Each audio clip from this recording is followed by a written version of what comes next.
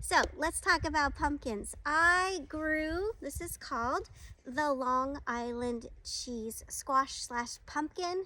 I've never grown this before, and pretty amazing. I planted, I think 5 plants, and I had over 60 pumpkins. Crazy, right? So I planted them in a lot of my lower raised beds near the corners, and they kind of spilled out into the walkways. But a lot of them, I grew them vertically. So I planted them at the back of the beds here, and then I trained them to go up the garden tunnel. And you would think, because this probably is about 25 pounds right now, you would think that a pumpkin this size would need extra support. It doesn't. It literally hung on for dear life. The stems were super strong. I didn't have to add any extra support. So if you're looking for a good pumpkin, this is a good pumpkin to cook.